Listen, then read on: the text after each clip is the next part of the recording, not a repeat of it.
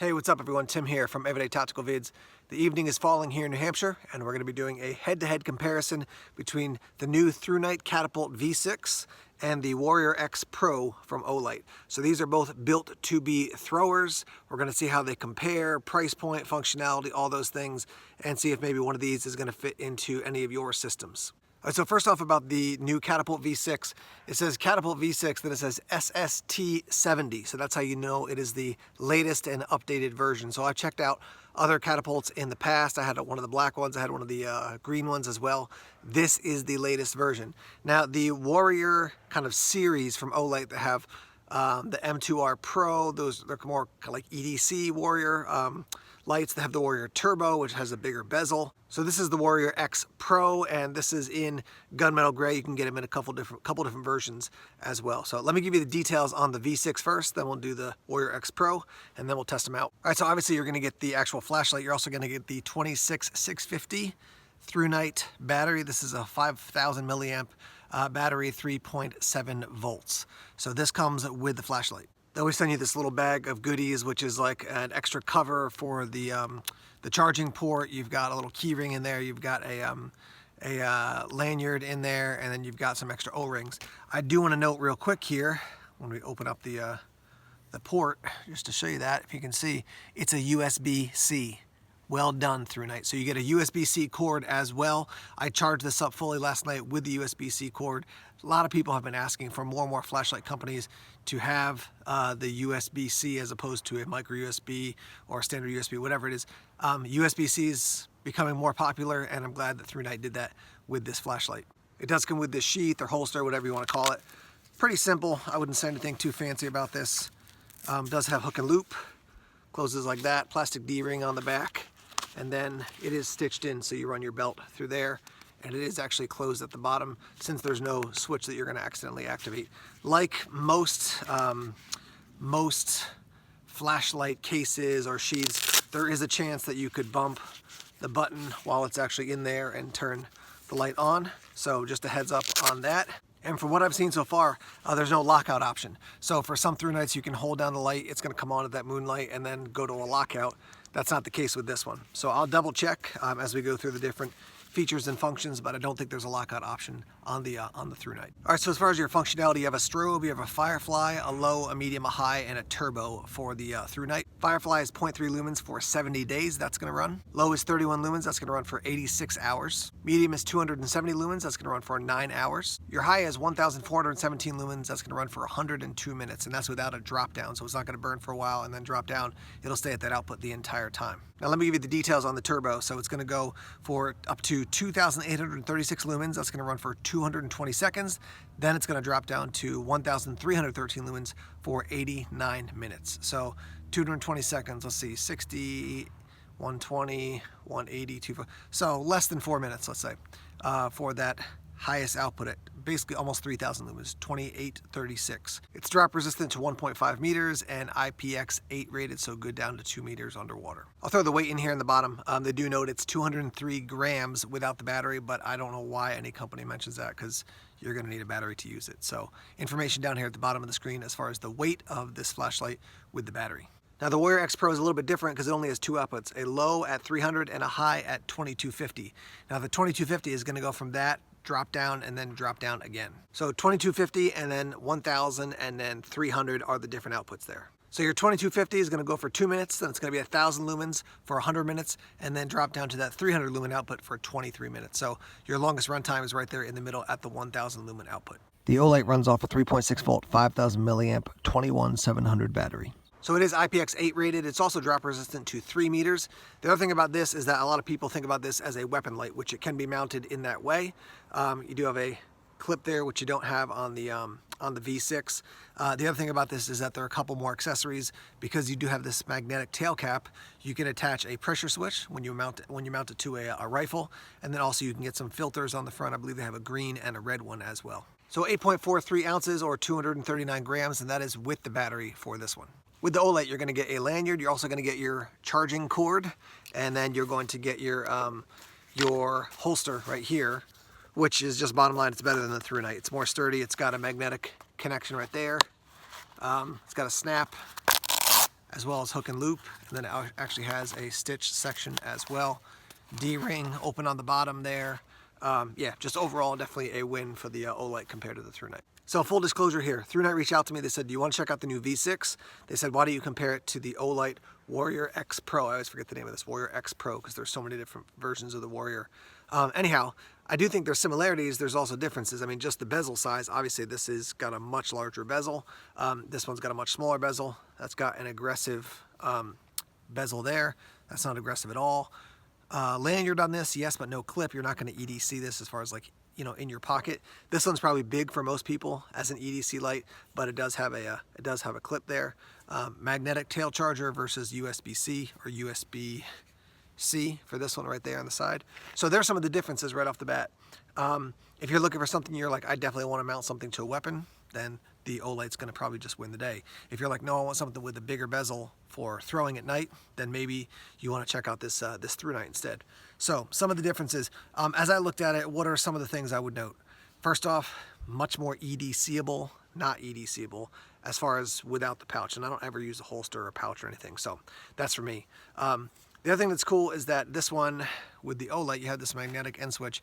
Press it in lightly, it's going to come on. Let's see if I can do that. Yeah, let go, it's going to come off.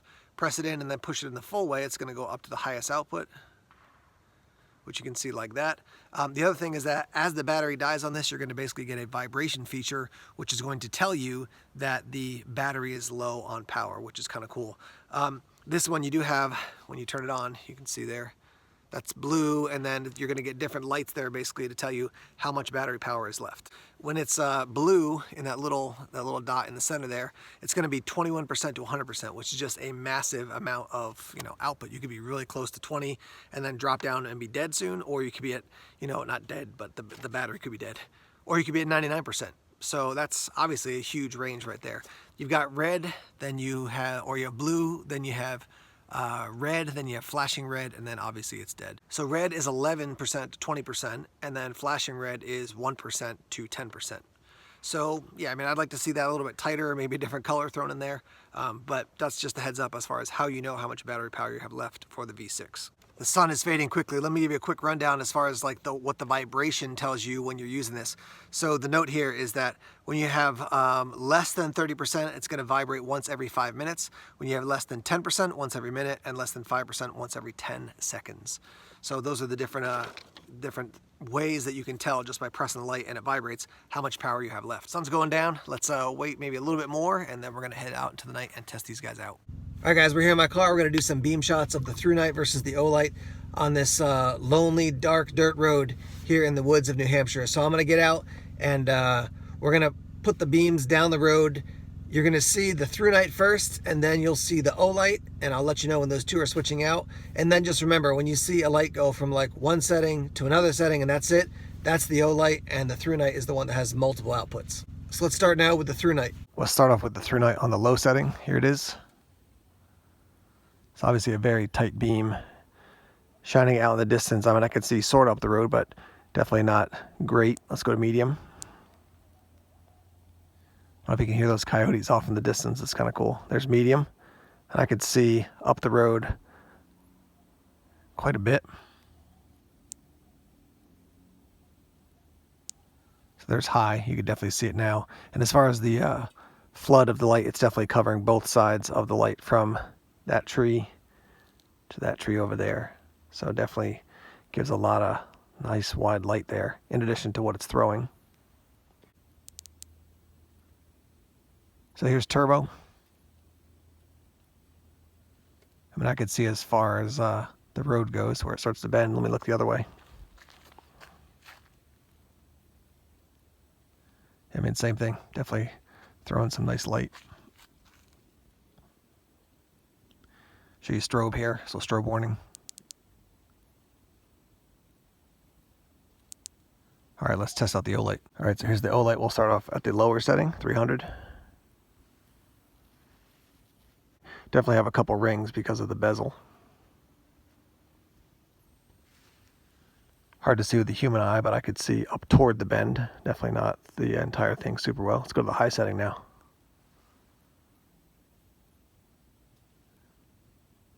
Yeah, Yeah, definitely throwing some nice light. And same thing, I can see almost from this tree to that tree when I'm looking right down the middle here. It's a little bit tighter, not as wide, obviously, because the bezel's not as wide. Let's look the other way on the road here.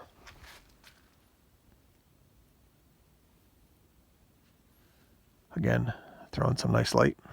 Let's try them side by side now. All right, we got the Olight on the right and the Thrunite on the left here.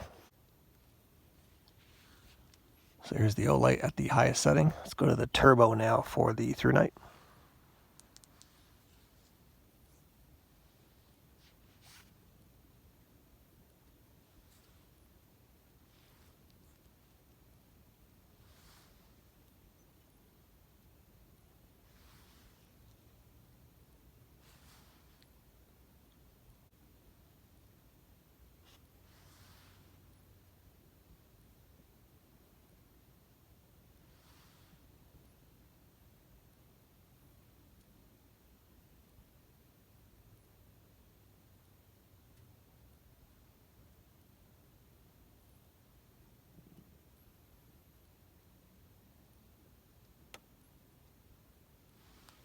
So if you put these side by side, you can tell the Thrunite is a little bit, got a little bit more punch there, a little bit more lumen output. But definitely side by side doesn't seem like there's a huge difference to the human eye, at least.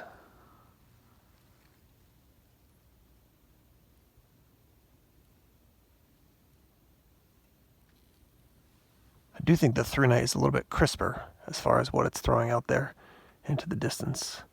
As you can see, both these guys have been on for a bit, and they're still going.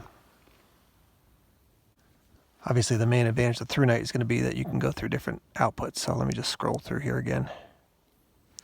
It's on at Firefly, just so you can see.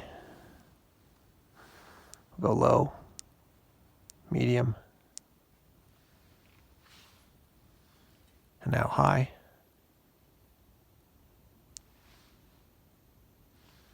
And then back to turbo.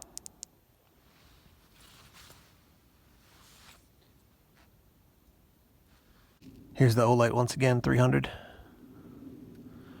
And then the 2250.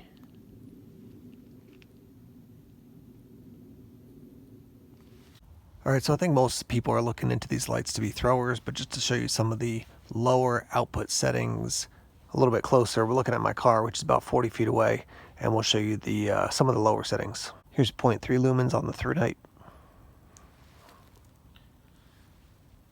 You can see the car reflecting back here a little bit. All right, let's go up to 31.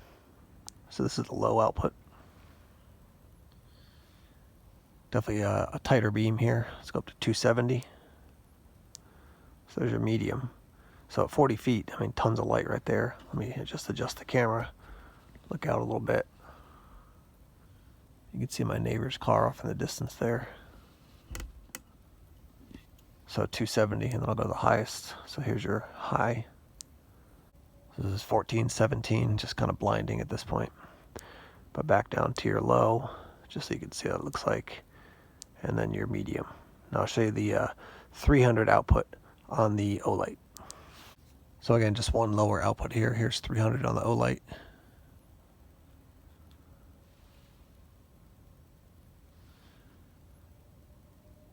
Yeah, and again, looking out a little bit.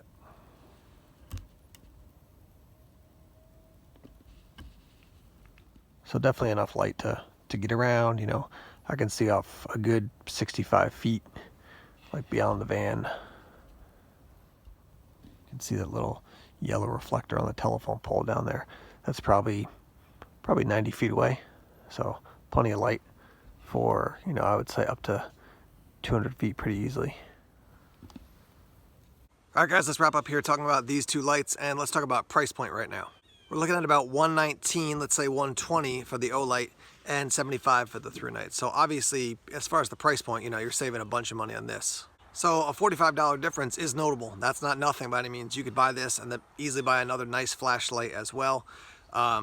You do have some difference in functionality. Let's talk about that right now. So obviously when it comes to a variety of outputs, the Thrunite's going to give you just a lot more options. You have strobe, you have a Firefly, low, medium, high, and a turbo as well. Whereas with the Olight, you have that 300 and then the 2250. So not a ton of options as far as your outputs. As far as their function at night, I would say very similar. They threw light well for both of them. If you need a light that is smaller, that can fit in a pack, or that you want an EDC but it's kind of oversized for EDC, then the Olight's going to win. The other thing is that if you need a weapons mounted light or weapons mountable light with a standard weapons mount that you're going to go in your your Picatinny rail, I think the Olight's going to be obvious for that.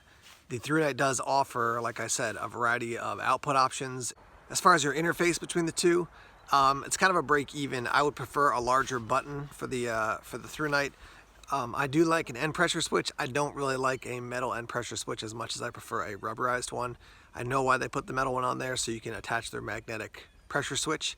But I just prefer a rubberized end pressure switch for this one, or for most flashlights. So that's kind of a break even for me. Really, we're talking about weapons mount versus not, more outputs, a variety of outputs versus not. And then as far as your function, I think very similar. 2250, this one is closer to 3000, so you're getting more output here. But for me, at that difference between those two is not a huge, you don't see a huge difference, basically is what I'll say. But again, $45 cheaper for this one when you're getting the same function. That's definitely a win as far as for being more budget friendly. The Thrunite definitely has an advantage on that end of things. Long-term use, I've heard from people across the spectrum that have had good experiences and bad experiences when it comes to Olights and with Thrunites. So, there's always lemons out there.